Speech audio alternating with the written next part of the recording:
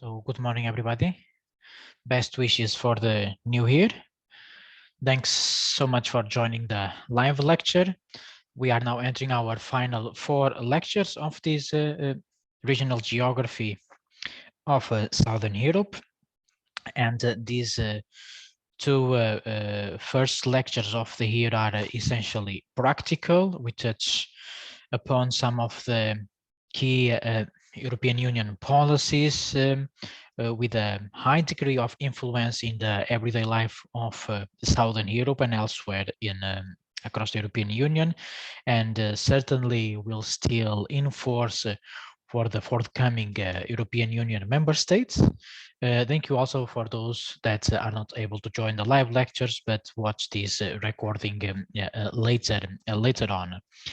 And some of you have been interacting with me regarding the mini essay, which I also thank you so much for doing that and doing this effort of finding an interesting story to tell in that mini essay. Not too much stress. The important is that you bring a consistent message, something that really attracts you, and eventually something that you can, or you feel attracted to develop forward or further in your studies or in your career. So something that really engages you in writing down some of these ideas, essentially or fundamentally regarding regional geography, some of the concepts we have been exploring, as also others that you may find relevant in this context. And more than bringing to you final answers and then asking you questions similar to an exam,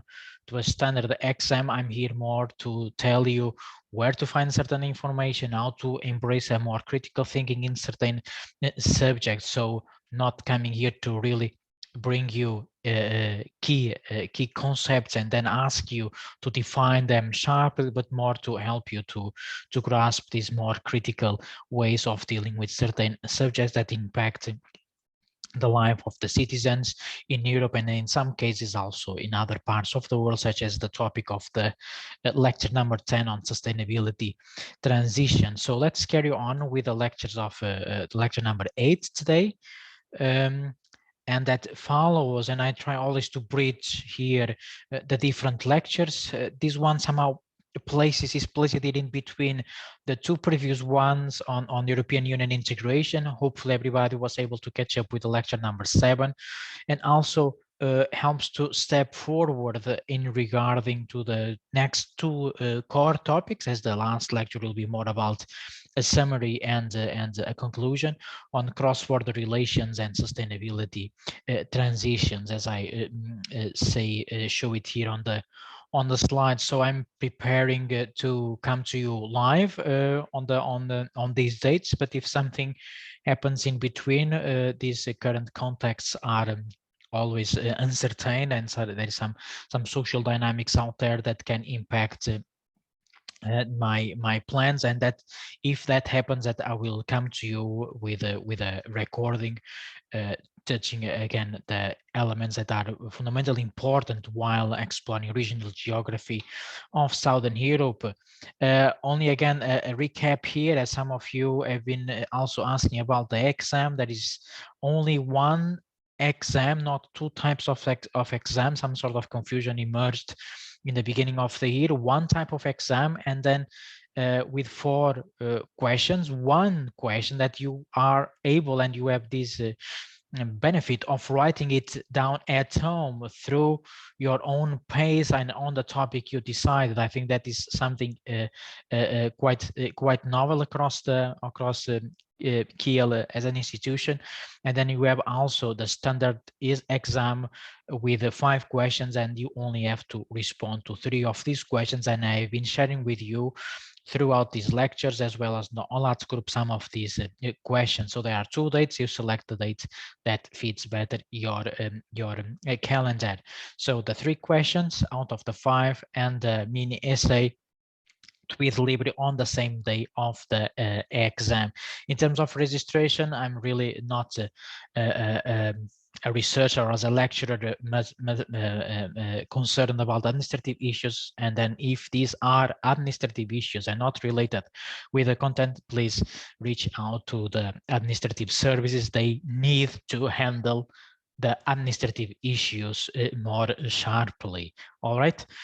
If it's about the content, about the questions, about possible topics of the essay, yes, indeed, write to me, and I will certainly answer to you in less than 24 hours, so you can also move forward. Here is only a summary, as stated in the OLAT group, of these questions. Of course, for the exam, I will be working on the language. I will try to simplify if they sound too complex. So these are the kind of ideas that I have while preparing the slides. Maybe some of these will be simplified for the exam, so you can start writing your responses without much doubts and questions.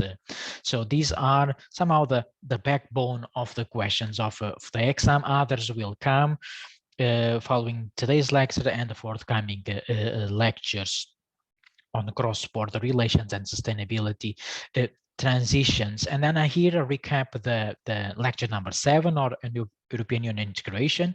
I debated quite a lot the meaning of the European integration, and I think it's important to recap that lecture number 7, which is also essential to then bridge to the core concept of today's lecture: smart specialization and research and development in the second part of the lecture. And talking about European integration, also very attached to a date, the accession date, the date a country, now member state, enter the European Union bloc. Although that date is important, talking about European integration goes beyond this specific quantitative measure of a date of the accession form, as the countries and then member states have to follow a number of policies, of guidelines, and respect very well planned measures to enter the European Union as an institution. And focusing on the Southern Europe, we have also different speeds in terms of integration. We have Italy as one of the founders of the European Union, entering the bloc in 1958, and this certainly had an impact on their own policies and how they transfer European legislation into their frameworks, into their legislative framework. Portugal and Spain entering in 1986, and then Greece entering in 1981, earlier than the Iberian Peninsula. And then we also talk about the Western Balkans, with the exception of Croatia, and how their current status of European Union integration stands, or the current state of affairs in terms of their integration into the European Union. See, here is up-to-date map showing the different speeds of the European integration across Europe. And here a recap of the Western Balkans discussion. And also some of the documents tell and make a difference between this, or in terms of the speed of this integration. I decided to address them as all being candidates, but they are embracing, enduring, or entering different chapters of this European Union integration or the assessment to the European Union bloc. And some of them are more advanced in the process, and others are less advanced, but still progressing in regarding to their integration into the European Union.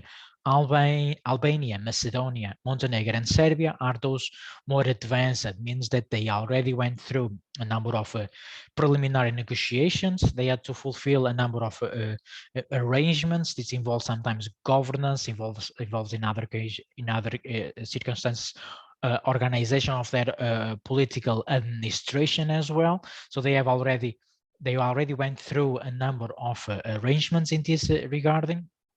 And there are two others less advanced: Bosnia and Herzegovina and Kosovo.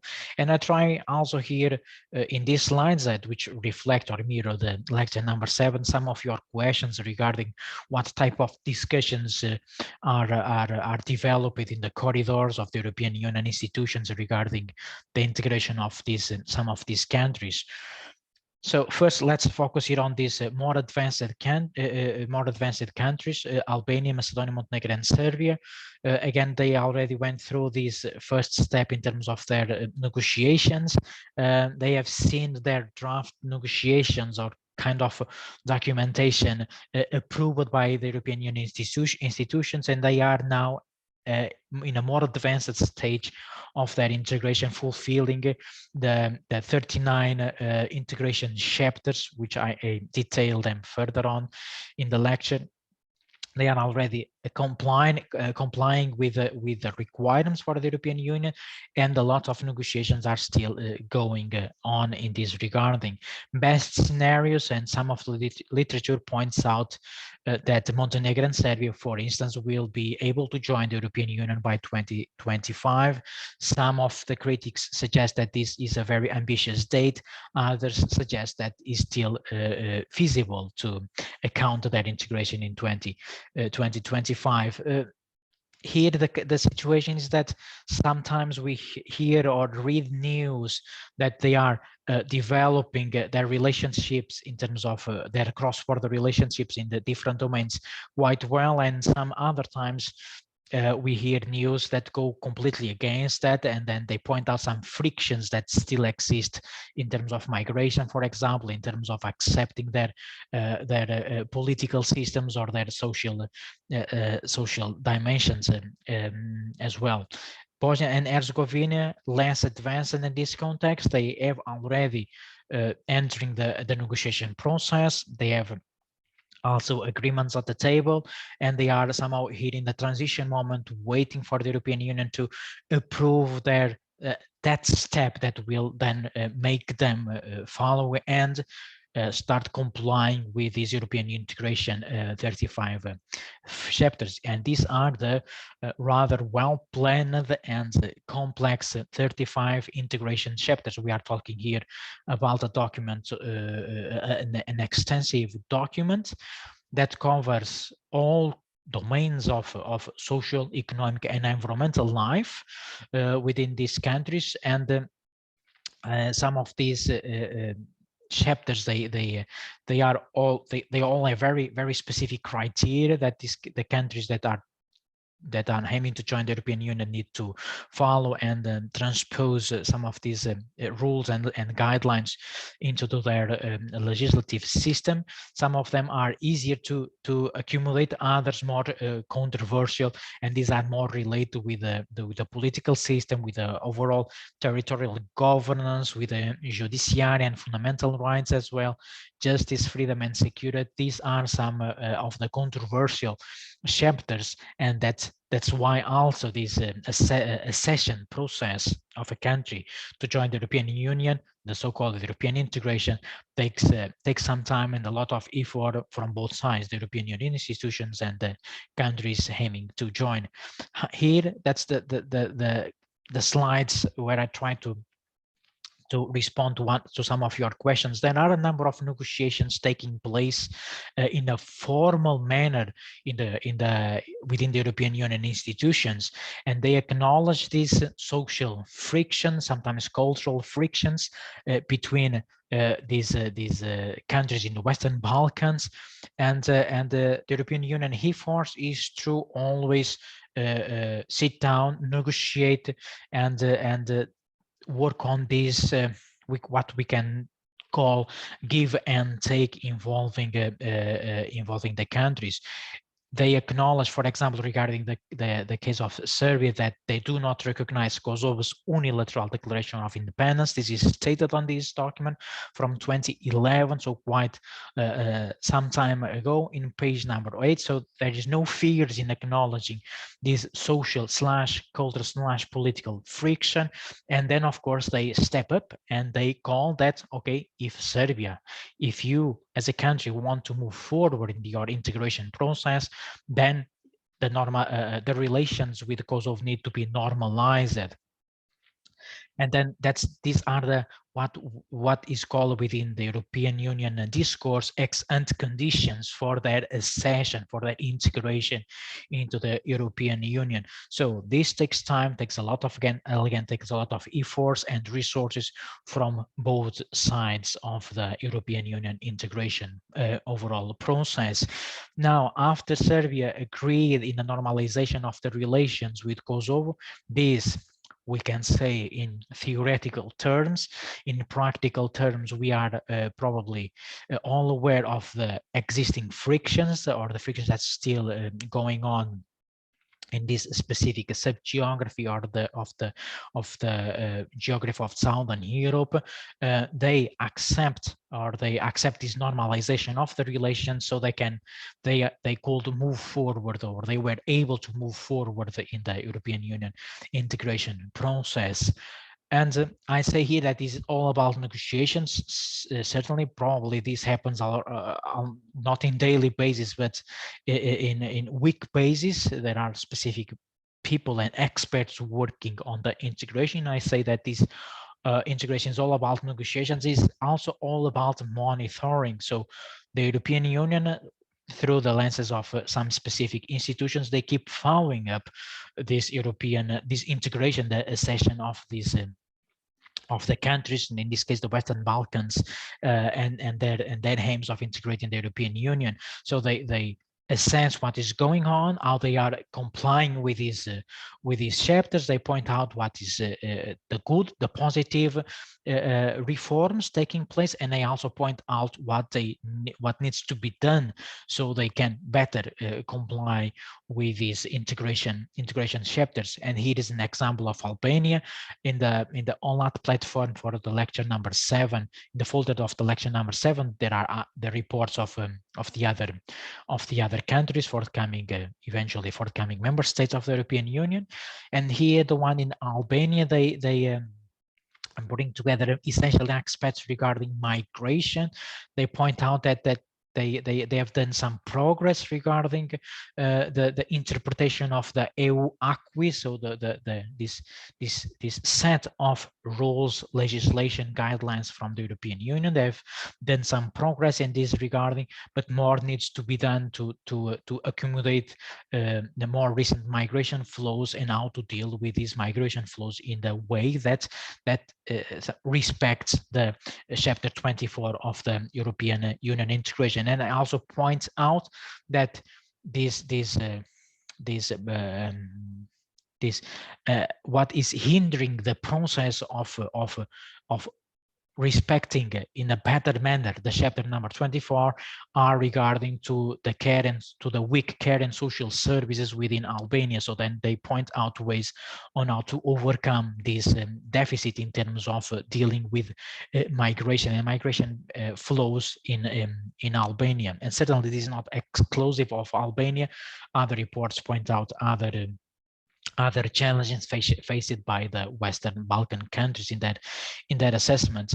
And the report also establishes the priorities regarding these specific chapters. And here again, the case of Albania, and then I have another example further on. They suggest that as a priority, they need to really carry on this public administration reform. They have to put in place a public administration reform strategy to better align their administration with the European Union system, and they also should do the best they can to participate more in the Horizon Europe. And in the Horizon Europe, that is the founding scheme supporting science and overall research across the European Union. And then here in this context, and somehow this critical thinking box here works more as a call for your attention. Eventually, is a subject that one of you would like to work on this mini essay. Then if you embrace some critical thinking in this context, okay, it's very nice that European Union institutions are conducting this monitoring process, facilitates the integration of the countries. They point out deficits, they point out the challenge, and also provide ways to overcome those challenges. They point out the priorities, but it's important to understand also the social condition of these countries. It's important to okay, if they are calling if they are calling the authorities in Albania to engage more with the Horizon Europe, it's important to understand the challenge they are facing, for example, in terms of brain drain, migration patterns, and if they are actually also doing some efforts to rebranding that research and development system. So it's important also to go more into detail to understand all the efforts that the countries are doing in this regarding. And in terms of progress, the report calls that progress need to be made in Albania to engage more with a smart specialization strategy, and some of this justifies the slides I have next, and to align better the research conducted at the university level, to align better academia with the business sector, so innovation can be fostered in this context. This is very much these are the pillars of the smart specialization strategy, as we'll see. Kosovo, so to don't bring only examples from the same countries, more or less the same principles here in the composition of this report. They identify the priorities for Kosovo in these specific integration chapters. They again identify as a priority the development of a smart specialization strategy. They suggest that they are doing progress in this regard, but more needs to be done. And different than the report on Kosovo, here on Albania, they point out the positive efforts regarding the energy reforms. So they are already trying to step forward on the current aims and forthcoming aims towards 2030 of the European Union. That is green transition, sustainability transition. So the European Union integration also evolved through time. If we go back again to the integration of Italy, and I only focus here on the Southern Europe in 1958, so they had some time. So they have some time to transpose the European legislation, and all of this evolved quite intensively, but through a number of years. And these new countries, happens the same with Portugal and Spain, for example. They had a shorter time to integrate the European Union legislation into their own policies. Now, in this case of the Western Balkans, what is going on at the European Union at the present? So, of course, they will not go back to the main principles. These main principles, they still remain. However, they call these countries to already step forward in the aims or on how the European Union wants to position itself in the future. And in this context, for example, regarding the addressing the energy sector and adopting more sustainable means of energy production and distribution. But again, smart specialization, a cornerstone of these priorities identified by the European Union Monitoring Agency. Conclusion of the lecture number 7, which is essential then to enter the second part of the lectures today. So we have different speeds in terms of integration, but we have some cornerstones: the smart specialization, the European Union financial schemes, for example, through the European structural and investment funds. And now, currently, these countries, both the four main countries of the Southern Europe as well as the Western Balkans, they need to deal with this new multi-annual financial framework covering the period 2021-2027. These are essential and will be in place to accumulate these their different efforts towards the integration or their economic recovery in the context of the post-pandemic period. And the slide here points out these different speeds, how Italy from 58 until 1987 or throughout the 80s, the efforts that they made to accumulate the European Union requirements, and how these changes in Greece, Portugal, and Spain occurred with a much faster pace, as the bloc was already composed and they were already aware of how to deal with certain domains of the social, political, and economic life. These the pillars of the European Union that come since the foundation in the beginning of the 50s. remain valid for what we discussed today and for what will be discussed further on regarding the integration of the Western Balkans and expansion of the European Union integration, European Union influence across Europe and Asia as well. And we can place this place-based approach, which I talked about it earlier in the previous lecture, than the smart specialization strategy, which I'm going to talk immediately after, and as well as the mission-oriented policies or approach that I will be discussing in the lecture of sustainability transitions. They are part, or they are interlinked to the first pillar of the European Union, where all these domains of social and political life come through: public health, environment, research and development, innovation, social policy. So they are also sub-pillars, I will say, sub-pillars of this pillar number one. So the idea of this slide is that what you will hear next doesn't come as an isolated topic, but aligns with this European Union integration. You don't see a chapter specifically on place-based or smart specialization, but everything is very much interrelated with the principles of these policies, as the smart specialization strategy is understood as a strategy and as a policy supporting territorial development. Let's put it in the simplified manner: supporting territorial development of the European Union member states. And the notion of this smart specialization emerged around 2009, in the period of post-crisis, the financial and economic crisis of 2007, 2008. We talked about how this crisis influenced the economic geography of Southern Europe, and a number of experts, mostly those engaged with regional planning, regional development, regional policies, start feeling very much attracted and wanted to engage and expand further the smart specialization as a policy. And then the genesis of this concept emerged from these discussions on how to use assets, spatial qualities, the potentials of territories. In this, let's focus, for example, on regions. How not use their assets, their qualities, in the way that they can accelerate innovation processes.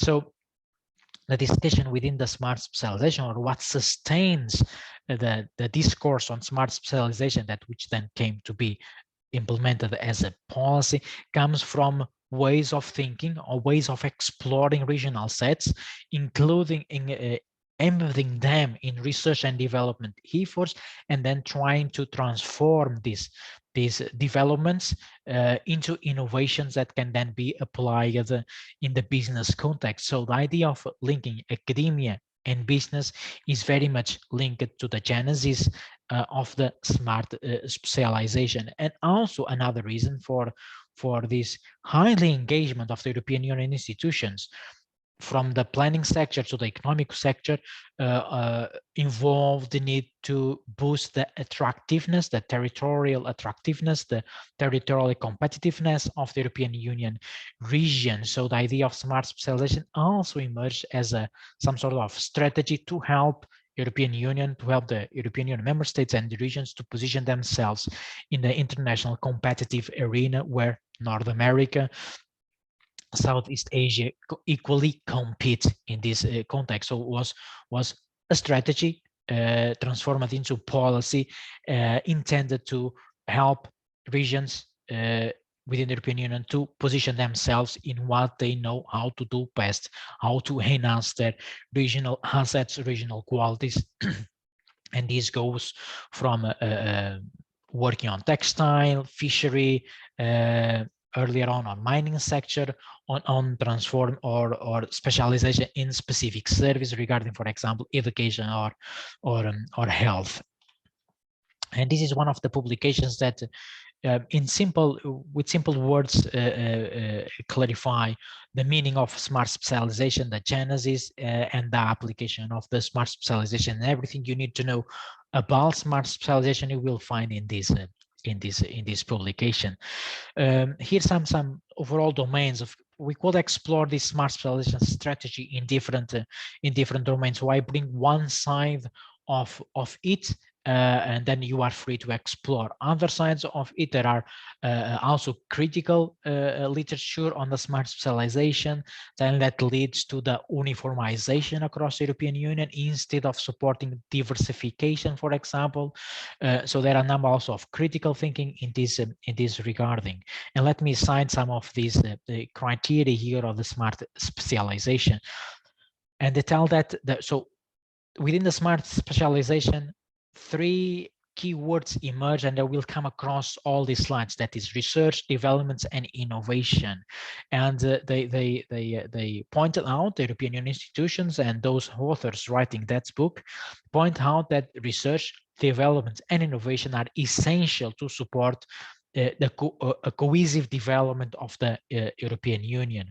And they also point out that having such a strategy, such a smart specialization strategy, will make European Union regions or member states more resilient to potential crises. So I just mentioned to you that the smart specialization strategy S3 came through after the crisis in 2008. So the idea of transforming or making European Union more resilient to economic shocks can be underpinned within the genesis of the smart specialization. However, other crises or smaller crises that came through after the crisis in 2008 also revealed that one of the sectors that is punished the most in such economic shocks is the research and development sector, and this is contrary to the principles of the smart specialization, which intended to make research and development and further innovation more a cornerstone of the development. Positive or writings that are positive or sympathetic towards the smart specialization underline again this that can boost the competitive advantage of the European Union member states. They can greatly support GDP growth and job creation and maintenance across the European Union. There are positive examples well documented in the European Union web pages. There are also some negative examples or examples where the application of the S3 strategy turned to be not that effective in terms of supporting economic growth or job creation, for example. What happens, what is important for you also to retain, and then that's something I want you to bear in mind if you go to a discussion with your colleagues elsewhere in the city or in other modules, is that when we are talking about smart specialization strategy, we talk about an ex-ante condition. Means that, and I try also to put it simple, if European Union member states, being Southern Europe or elsewhere, but mostly in Southern Europe, as they this is the region where the lagging behind regions are located, works as an ex-ante conditionality. If these regions want to apply for European Union funding, for example, to support more specifically research and development, to support industrial strategy, they have to prepare a smart specialization strategy where they will be identifying their own strengths, they will be identifying their regional assets, what they know how to do better, and where their business is the strongest. So is fundamental if an European Union member state wants to apply for specific funding schemes within this multi-annual financial framework of the European Union, they need to submit, they need to present a smart specialization strategy. That's the way, that's the meaning here of this ex-ante conditionality. So in this regarding, smart specialization specifically tries to enhance, underline, boost, if you want, the strengths of the member states, and tries to then align those strengths with the existing institutions conducting research, universities, research centers, and then transform these findings, I will call it findings, from research and development into innovation, into final products or the delivery of services as well. The smart specialization strategy is not about a new kind of planification. It's not about a strategic spatial planning, trying to bring together the planning of physical infrastructures with more intangible elements, but is more works more as a way to enhance what is already there in those member states, and is about bringing together different institutions working sometimes on the same subject, universities, the industry, and the government. So it's about this bringing together these components of what is called the triple helix system, and how they can then work together in the way that they can, these regional strengths, these regional assets are enhanced through research and development, with the aim of supporting economic growth, is supporting the social condition, mainly through job creation and job maintenance in this context. And these are basically the 4 domains that you need to know about smart specialization, and the references also lead you to more developed answers if you want. So works as an X conditionality. So if regions within the European member states want to apply for some specific funding schemes, for example, those aligned with the European Structural Fund, they need to submit first a smart specialization strategy, identifying priorities, identifying their key assets, and how they intend to boost them through research and development. And smart specialization is a place-based, so it's very much focused on the spatial context, on the local realities of those regions within the member states, and underlines an essential for it to take shape requires what in economic geography is called the entrepreneurial discovery process. So it's not only about identifying the key domains, the key regional strengths, but also how to boost them, how to transform them into ideas, and how these ideas then can evolve towards a final product or a service or the services as well. So it's about combining what is already there with some sort of innovation, but also a risk-taking attitude of embracing the findings from research and development and transforming them into products that then can be commercialized, that can enter the more economic domain in this context. And S3 is also the prime aim of the smart specialization is to help European member states to diversify their economy. So maybe, and certainly most of these European Union member countries, they were, before the S3, they were aware about their strengths, but the S3 came through to try to help them to diversify their economy, so makes them more resilient if in the case of an economic crisis affects, for example, the housing sector or a specific type of industry. If the economy is diversified, if they already have some other strengths in other domains of the productive system, a smart specialization or this diversification will help them to become more resilient. Eventually, a crisis affecting one type of industry and a lot of unemployment could emerge from this crisis in this specific industry. If the economy is time first, then other industries could or old behavior able to absorb labor force from these declining industries, for example. That's also one of the core principles of the S3 strategy.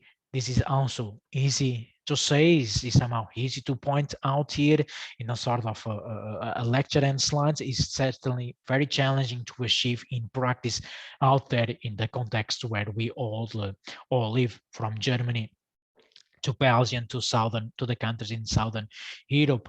And these four main countries, the countries we are focused on of Southern Europe, they all have in place smart specialization strategies. Yet you can question me, you can question the authorities. They still facing a lot of challenge in terms of unemployment, youth employment. You remember the slides regarding Italy and Spain, for example, still embracing high rates of youth unemployment. So these policy strategies, smart specialization strategies, are somehow helping them to apply for funding schemes, yet they still facing some challenges on their on turning their assets into strengths.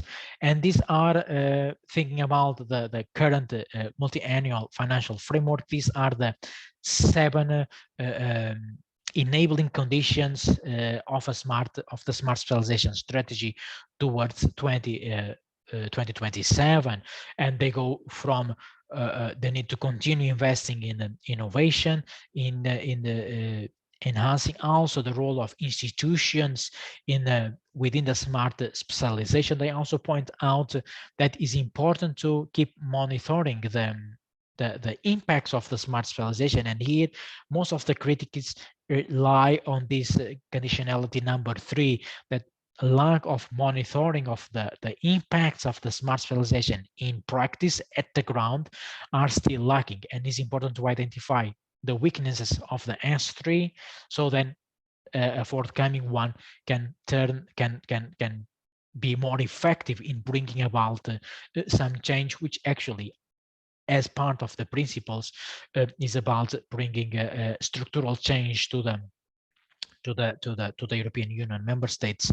And so we will make a full stop here, then I will bring some of the examples within the smart specialization before entering the research and development. Let's do now here our common 10 minutes break, and I will continue after that. Thank you for now. Tim, would you like to intervene while we are in the break? Yeah, I can also ask after the break. Okay, just maybe it's better. Yes, maybe it's fair to do that. Okay. Okay.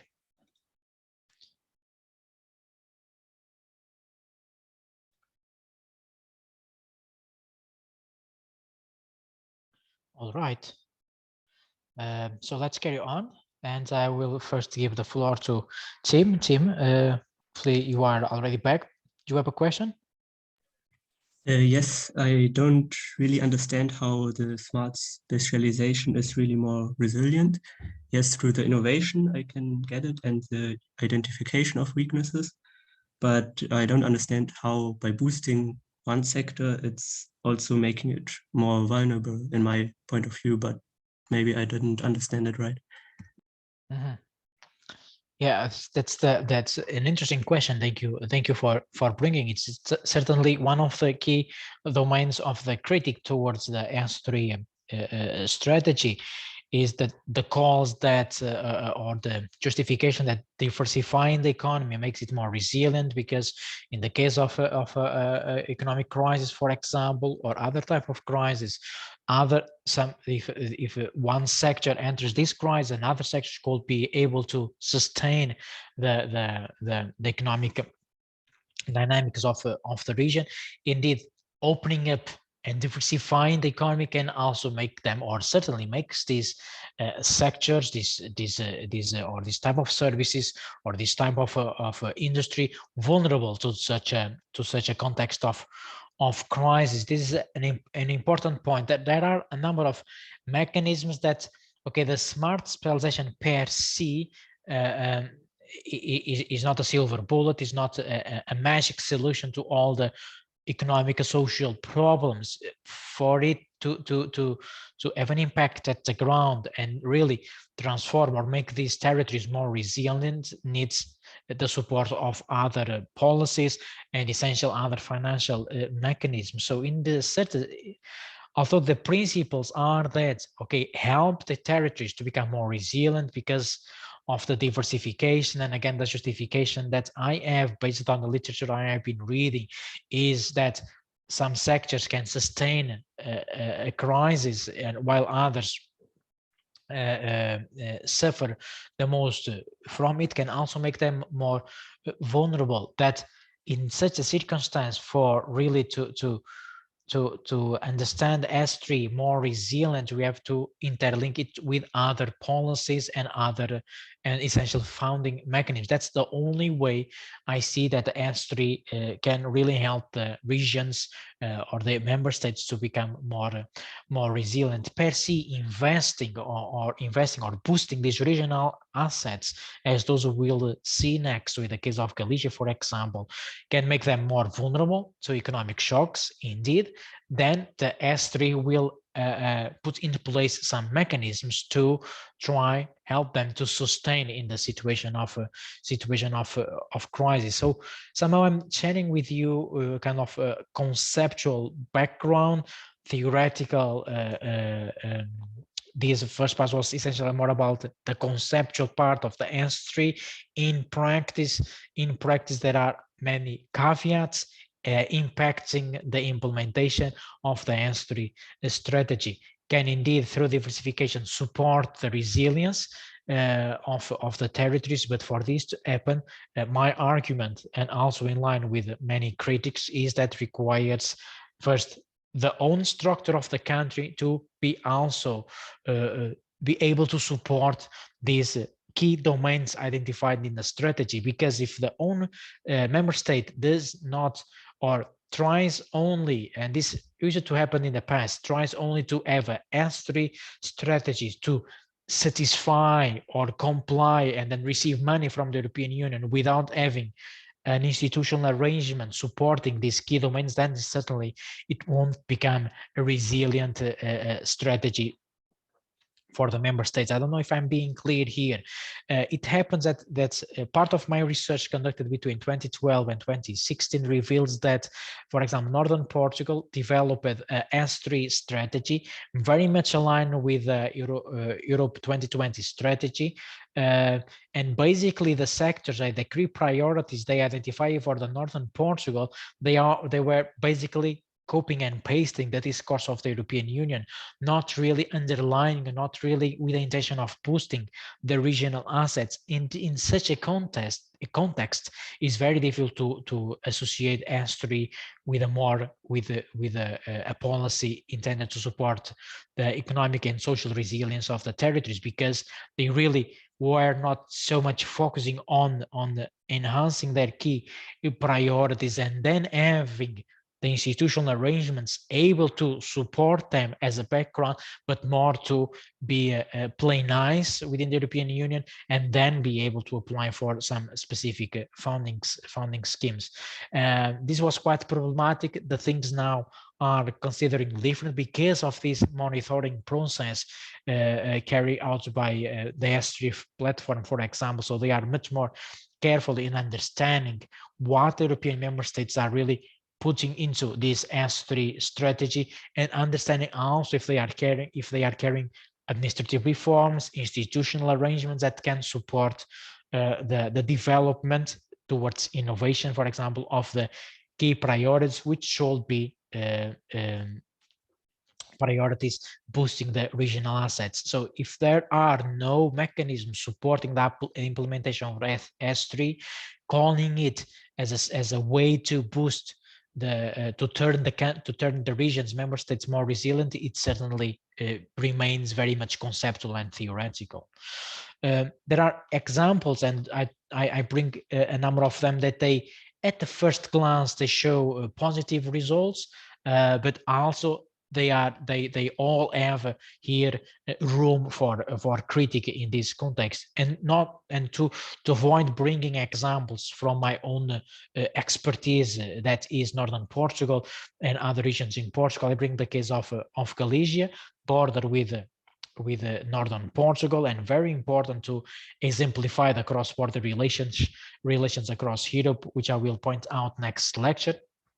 I bring the example of the fisheries sector in Galicia, in this province, autonomous community of Spain. So the fisheries sector is a strength, is a regional asset of this autonomous community. So the S3 policy, along with other domains, tries to enhance, to underline the specialization of Galicia in the fisheries sector. What is here more fundamentally important is that the smart specialization, the idea behind is that, okay, the fishery sector is important. It doesn't mean that Galicia should only specialize on the fishery sector, but the S3 should help to identify other sectors that can support the fishery sector, but also they should be sustained in terms of in business terms. They should sustain themselves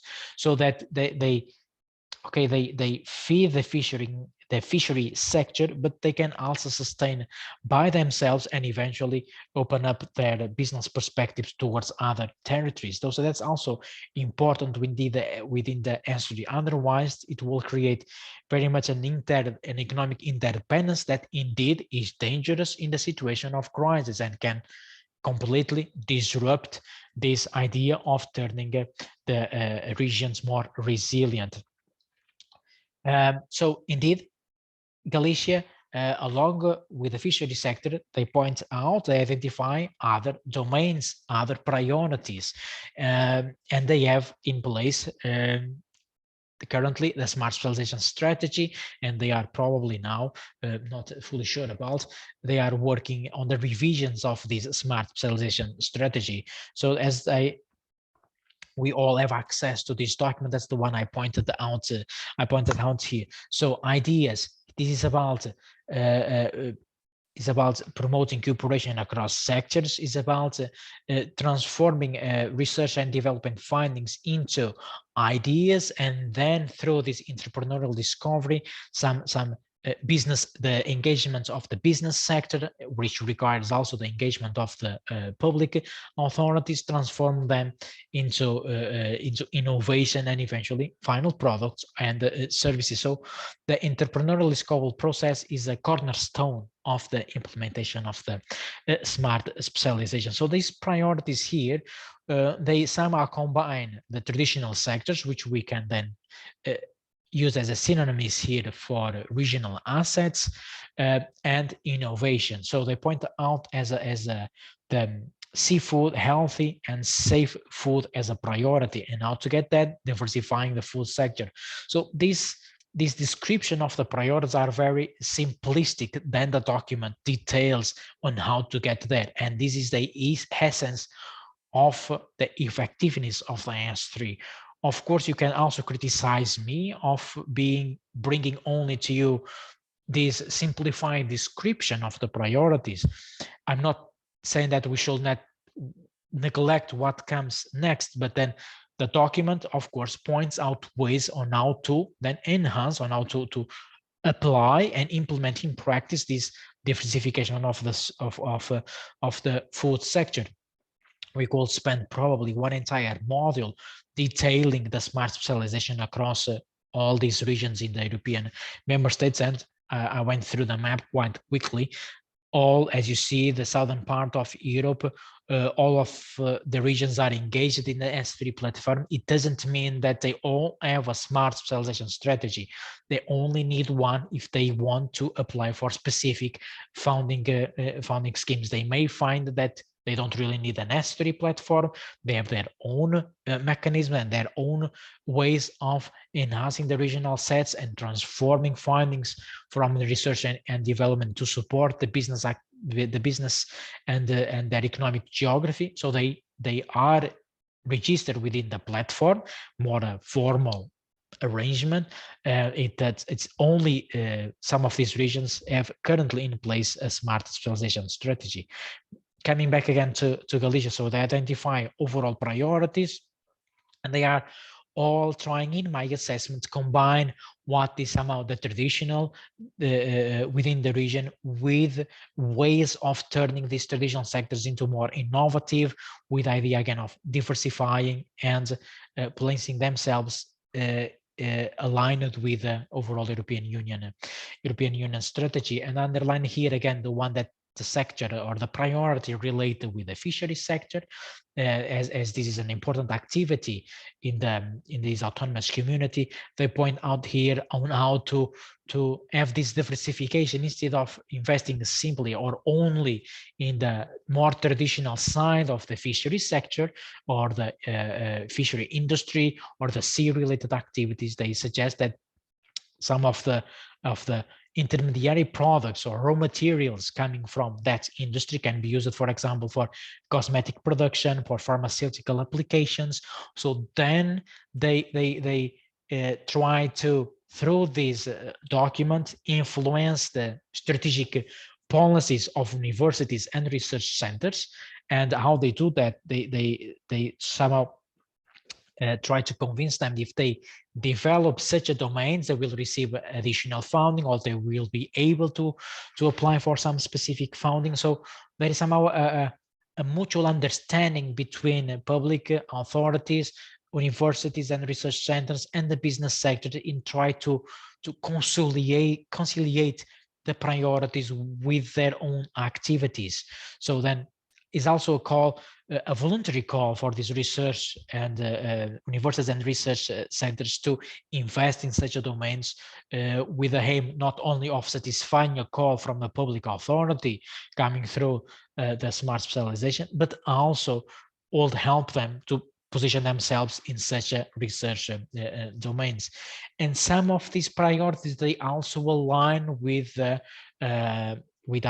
call from the European Union to address the so-called grand societal challenges, for example, regarding aging of the population, and how the assets, the regional assets, can help to counteract, overcome, or balance these grand societal challenges. So here only an example of this S3 strategy for one region in Southern Europe. A more micro level example also coming from Southern Europe, in this case Algarve, a region in the southern parts of Portugal, again very much focused on the sea related activities, on the fisheries sector.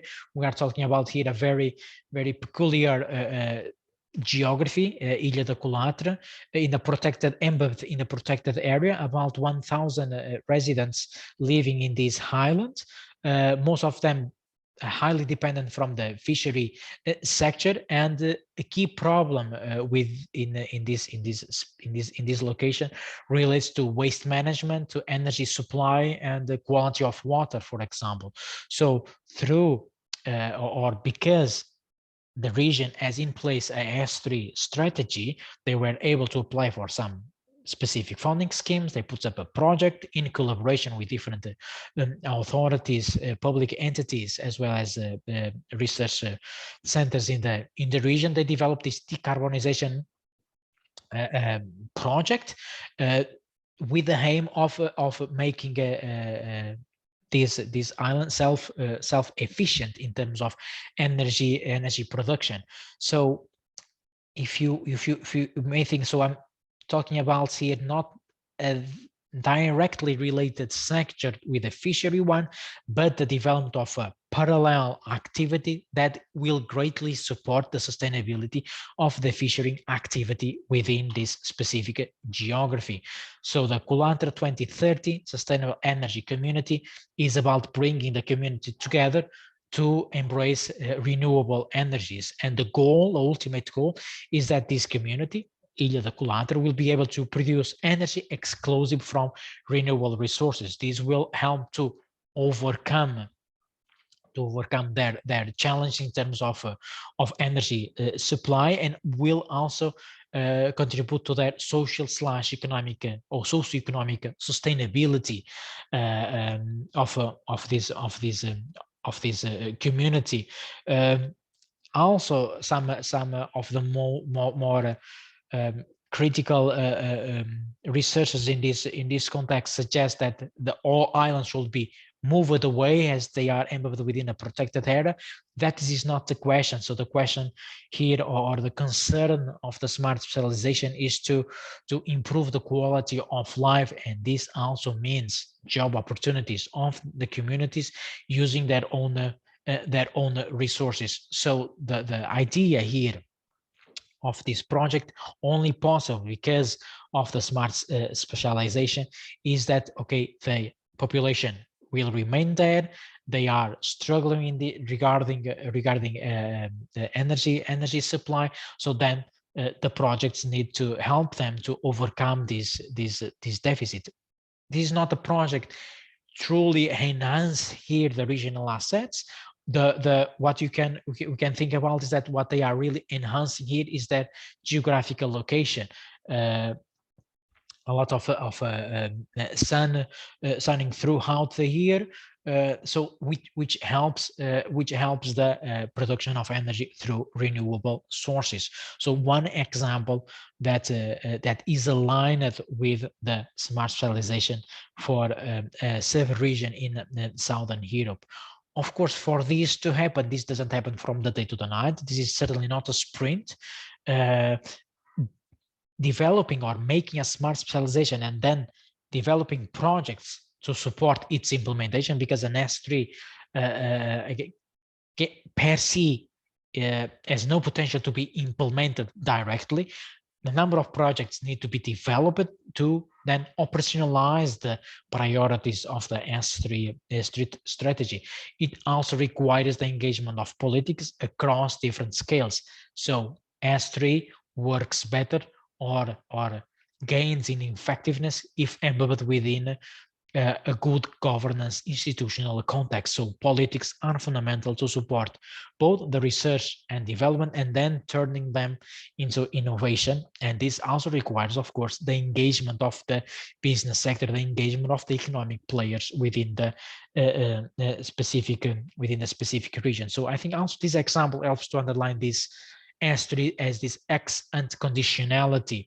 Is like if you want to put in place a startup, and if you want to apply for a startup funding in your state, you probably need to deliver a business plan. So I will say, and I apologize for this connection with the economic sector, that the smart specialization will work here as some sort of business plan, and then for the entities to have access to the funding coming through the funding schemes from the European Union, then they need to develop specific projects underlining specific issues of these communities, of these cities, village or smaller communities, and then that can help them help or can enhance that quality of life. Another important condition fundamentally these days, and this is underlined in more recent documents from the European Union, is the experimentation.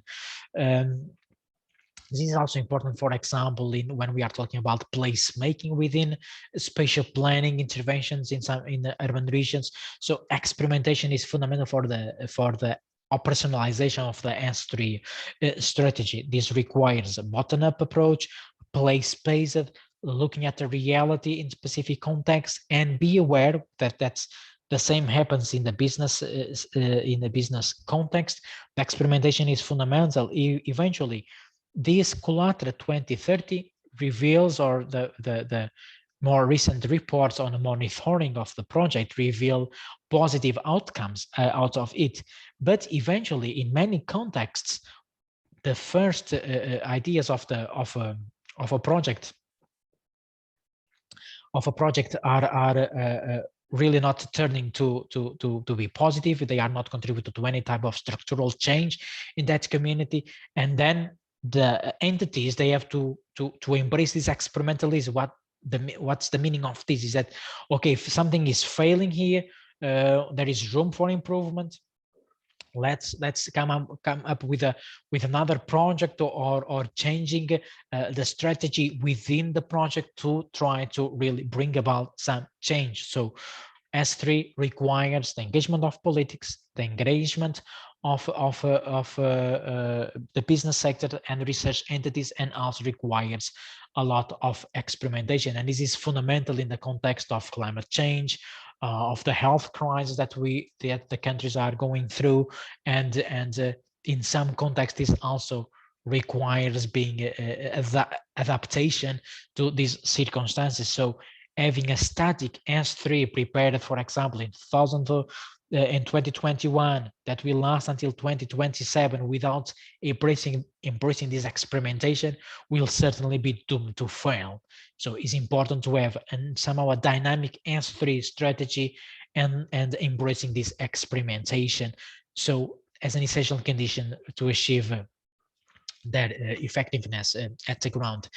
And along with these principles of turning regions in a theoretical context more resilient, the smart specialization also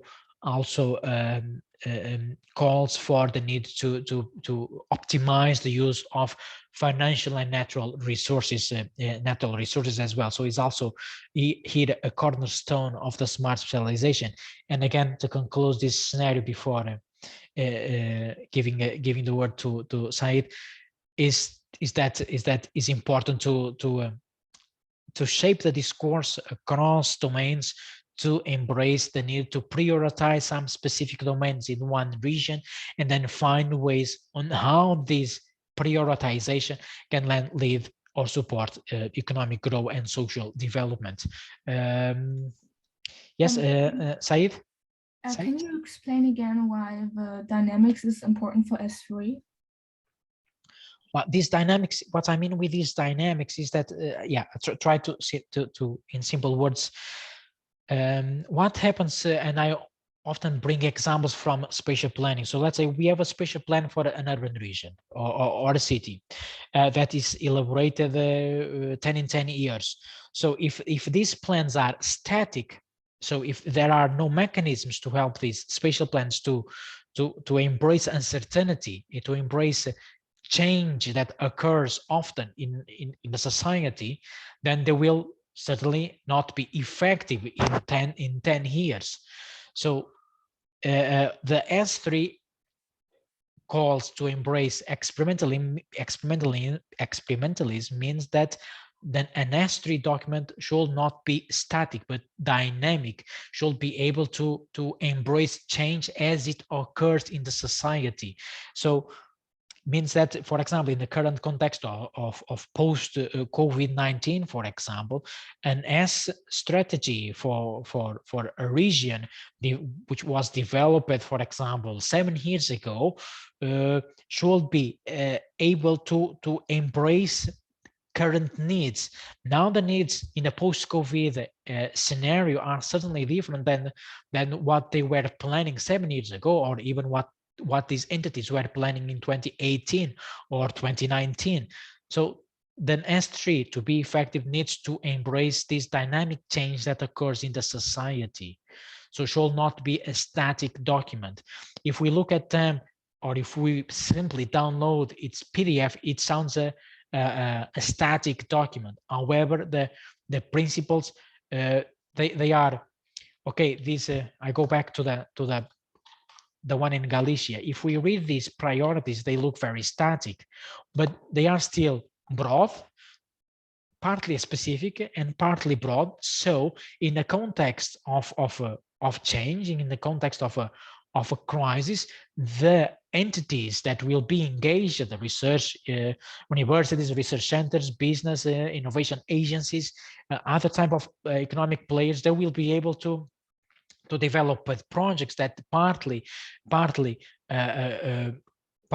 to operationalize one of these priorities. So there is some flexibility in these priorities. That's what I mean here with the experimentation. So you may get disappointed when you, for example, if you read a PDF of a smart specialization, because it will sound very much static and with these broad domains, but they are on purpose. So the broad domains here, or broad priorities, means also gives room for other type of intervention. So they will still be able to justify their project and eventually receive some funding, even only responding to an issue that occurred in the beginning of the year, for example.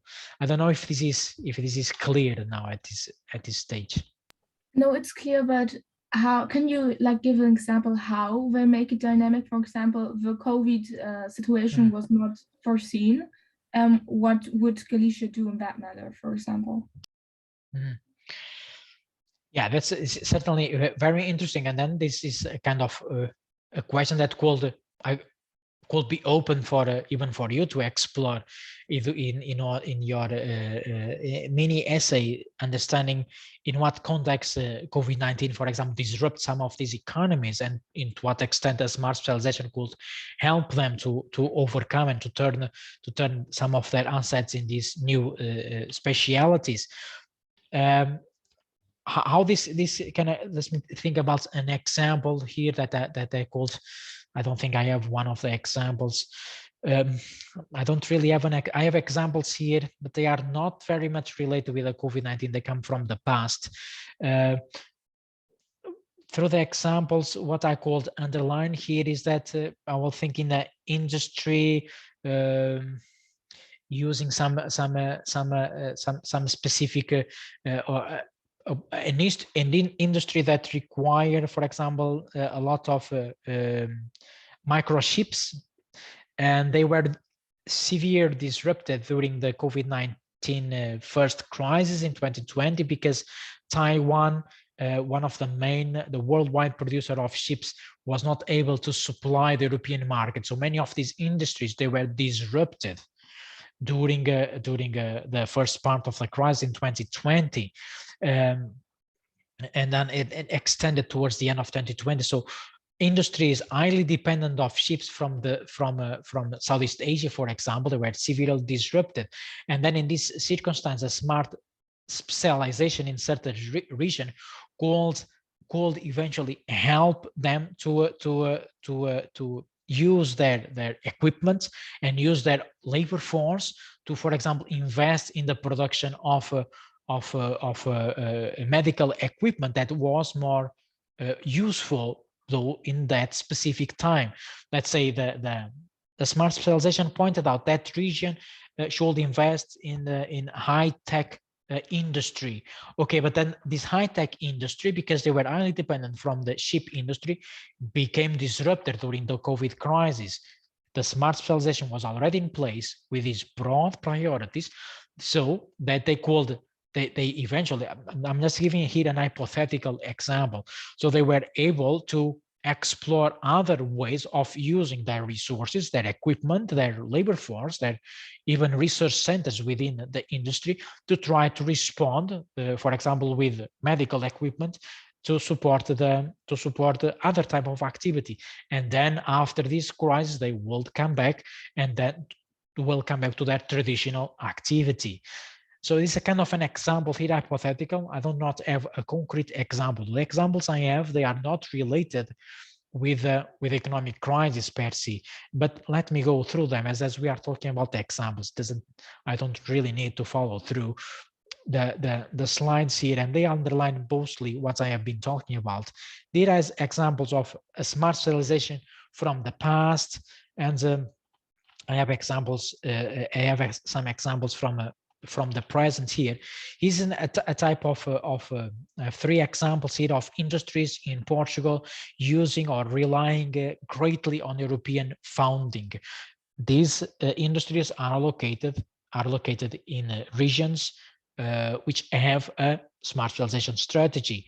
However, again, the S3 strategy per se is not, does nothing. It's simply a document. If there are no business dynamics, if there are no institutions running and trying to develop projects or trying to really change their way of working to embrace some of the priorities, then this is again a simply static document. These examples of these industries, these textile innovation industry in Portugal, this one focus on furniture and this one focus on tiles, they all benefit from the European Union. They in their webpage they identify this the 2020 strategy, and not directly the smart specialization, but somehow exists in the background, and they try to combine research and innovation and then place products in the market. And in specific case, this one tries to or has been improving the dyeing of cotton fibers with green tea leaf. Sometimes this really sounds completely out of context. How is this even possible? They use tea waste in their fibers, and then they can come out with a raw material, for example, but also with finished products. It is very curious, but this is only happen because of research and development. I'm already stepping forward on the second part, on the third part of the lecture, but there's no problem on that. I can always catch up later.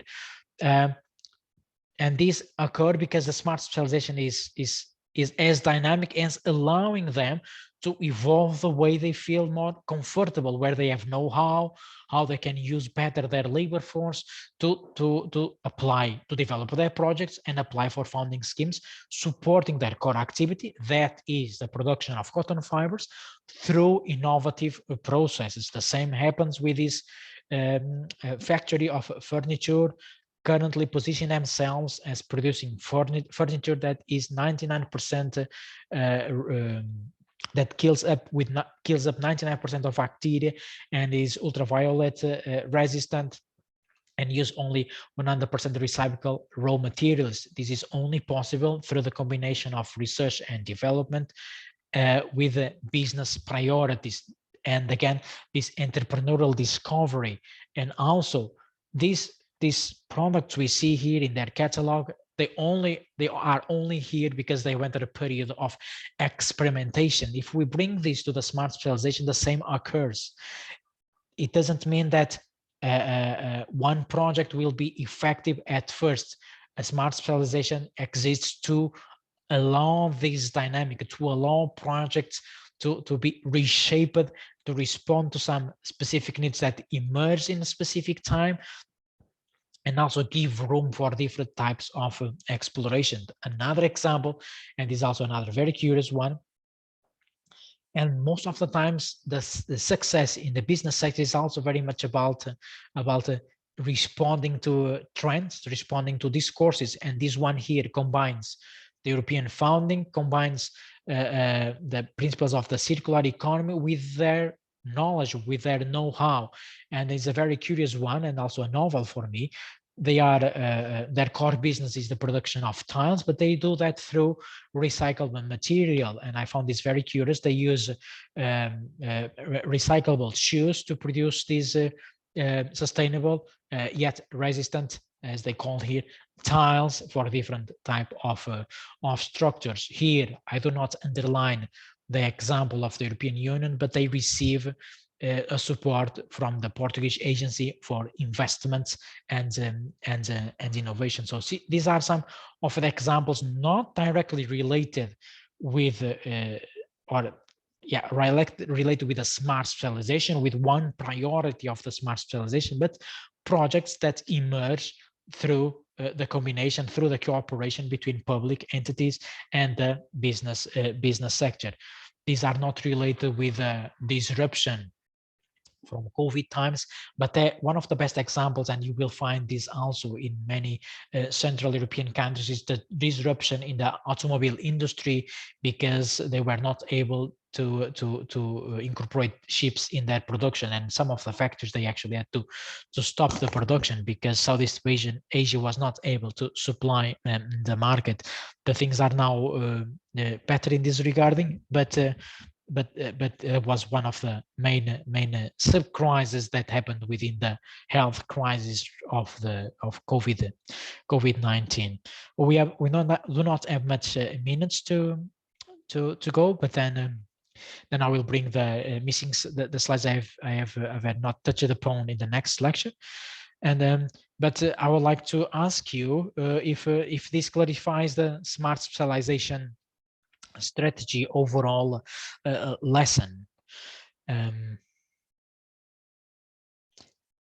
Yeah, the other examples I have here, they are more they are older examples. They are one is from France, another one from Portugal as well, and they touch upon here the steps of a smart specialization. That's also the idea of the slides, underline the entrepreneurial discovery that is essential to put in motion a smart specialization strategy. In this case, is this location in central Portugal, Marinha Grande, specialized in the production of glasses, and one specific entrepreneur, Aníbal Abrantes, to be more specific, was able to envisioning the possibility of using the molds used to produce glass to start producing plastic compartments and other type of compartments. So they use their knowledge, and through this entrepreneurial discovery, they were able to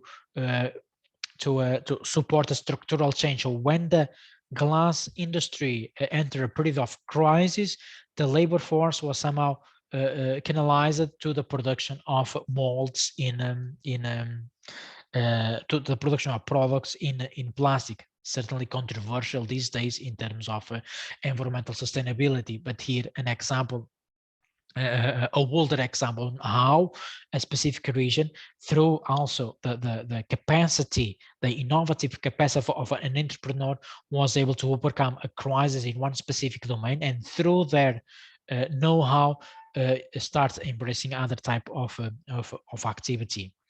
Here an example from Finland, which I will go through, and one of the last slides in the smart specialization to conclude it relates to its implementation. Although a lot of improvements have occurred in this regarding, mainly through the creation of the S3 platform in charge of supervising and monitoring the implementation process. It requires a lot of trust, responsibility and professionalism from different social agents, economic players, to really operationalize an S3 strategies. This web page from the European Union, call it the smart, no, I miss it, the smart regions, provides several examples of this one here, the source is down there, brings some examples of the application of the smart specialization strategy in Southern Europe and elsewhere in Europe. This is one of the potential exams for a potential question for the exam. One more related with a conceptual definition of smart specialization, and you will have the best answers you could have. You can build them based on this publication from Foray. And the other examples, and then this, of course, you know that I will reframe this for the exam, turning it a bit more in a simplified manner, so you don't waste much time thinking about it and you go through the response right away. Is about trying how you can then find, based on one of these examples, how you can then define a smart specialization based on these on these examples. And this web page brings these examples in a very detailed manner. So I leave now the last minutes to discussion, if someone would like to intervene or follow up, and then I will catch up with the remaining slides on the next lecture. Any question from your side?